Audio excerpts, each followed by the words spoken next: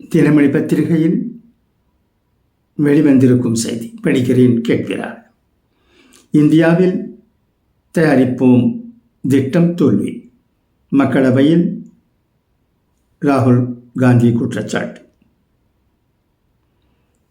நாட்டின் இறக்குமதியை சார்ந்திருக்கும் நிலையை மாற்றி ஏற்றுமதியை அதிகரிக்க செய்யும் வகையில் மத்திய அரசு கொண்டு வந்த மேக் இன் இந்தியா, இந்தியாவில் தயாரிப்போம் திட்டம் தோல்வியடைந்துவிட்டது.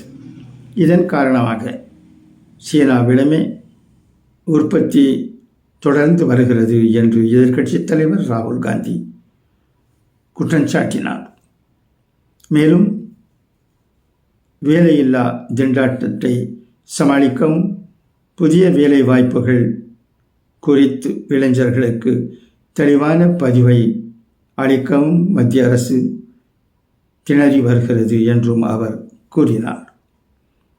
நாடாளுமன்றத்தில் குடியரசுத் தலைவர் ஆற்றிய உரைக்கு நன்றி தெரிவிக்கும் தீர்மானத்தின் மீதான விவாதம் மக்களவையில் திங்கட்கிழமை தொடங்கியது. இதில் பங்கேற்ற ராகுல் காந்தி பேசியதாவது: மத்திய அரசு கொண்டு வந்த மேக் இன் இந்தியா திட்டம் மிக சிறந்த யோசனை. ஆனால் அந்த திட்டத்தை வெற்றிகரமாக செயல்படுத்த பிரதமர் நரேந்திர மோடி தவறிவிட்டார். உள்நாட்டு உற்பத்தியை ஊக்குவிக்க நாடு தவறிவிட்டது. இந்த தோல்வி காரணமாகவே நாட்டில் சீன நிறுவனங்கள் தொடர்ந்து உற்பத்தியை மேற்கொண்டு வருகின்றன. தனது தீர்மானத்தை மீண்டும் ஒருமுறை சீனாவிடம் இந்தியா விட்டு கொடுத்திருக்கிறது. வேலை வாய்ப்பின்மையை சமாளிக்க திணறல். முந்தைய ஐக்கிய முற்போக்கு கூட்டணி அரசாக இருந்தாலும் தற்போதைய தேசிய ஜனநாயக கூட்டணி அரசாக இருந்தாலும் நாட்டில் வேலையில்லா திண்டாட்டத்தை சமாளிக்க முடியவில்லை. புதிய வேலை வாய்ப்புகள் குறித்து இளைஞர்களுக்கு தெளிவான பதிவை அளிக்க முடியவில்லை. புதிய வேலை வாய்ப்புகளை உருவாக்கவும் முயற்சிகள் எடுக்கப்படவில்லை. பட்ஜெட்டிலும் இளைஞர்களுக்கு எந்த ஒரு திட்டமும் அறிவிக்கப்படவில்லை. குடியரசுத் தலைவர் உரையில் ஏதுமில்லை.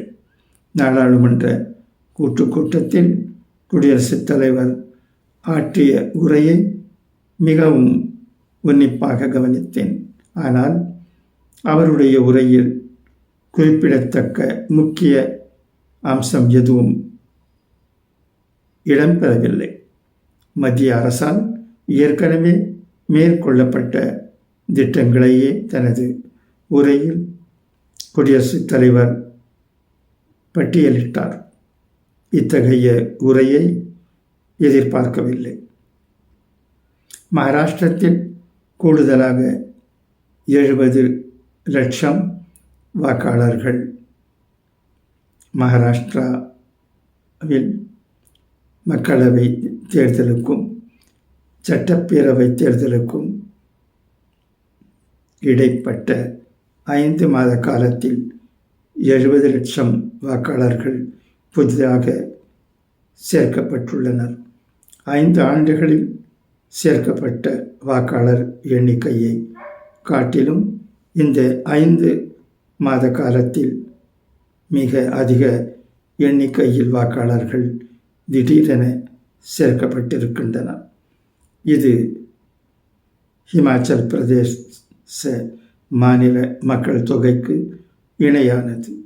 பெரும்பாலும் பேரவைத் தேர்தலில் பாஜக வெற்றி பெற்ற தொகுதிகளில்தான் வாக்காளர் திடீரென சேர்க்கப்பட்டிருக்கின்றனர். இதை குற்றச்சாட்டாக முன்வைக்கவில்லை.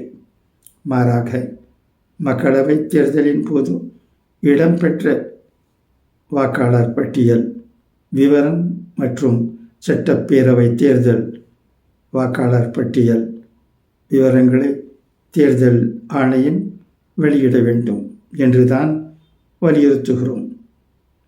வாக்குச்சாவடி வாரியாக வாக்காளர் பெயர், முகவரி விவரங்களை தேர்தல் ஆணையம் வெளியிட வேண்டும். அரசமைப்பு சட்டத்தை பாதுகாக்கவே இந்த புள்ளி விவரங்களை எதிர்க்கட்சிகள் கோருகின்றன. தேர்தல் ஆணையர் தேர்வு விவகாரம் பிரதமர் தலைமையில் மக்களவை எதிர்க்கட்சி தலைவர் மற்றும் உச்ச நீதிமன்ற தலைமை நீதிபதி ஆகியோர் அடங்கிய தேர்வு குழுதான் தேர்தல் ஆணையர்களை தேர்வு செய்ய வேண்டும். ஆனால் அந்த குழுவிலிருந்து தலைமை நீதிபதியை மத்திய அரசு நீக்கியது ஏன் என்ற கேள்வி எழுகிறது. தேர்தல் ஆணையரை தேர்வு செய்ய பிரதமர் தலைமையில் நடைபெற்ற கூட்டத்தில் என்னுடைய மத்திய உள்துறை அமைச்சர் அமித்ஷா பங்கேற்றார். அதாவது 2:1 என்ற விகிதத்தில் சம வாய்ப்பற்ற தேர்வு குழுவாக அமைந்திருக்கிறது. அந்த கூட்டத்தில் எனது இருப்பு அர்த்தமற்றதாக இருந்தது. அது மட்டுமின்றி மக்களவை தேர்தலுக்கு ஒரு சில நாட்களுக்கு முன்பாக தேர்தல் ஆணையரை மத்திய அரசு மாற்றியது. மேலும் 2 தேர்தல் ஆணையர்கள் புதிதாக நியமிக்கப்பட்டனர் என்றார் அவர்.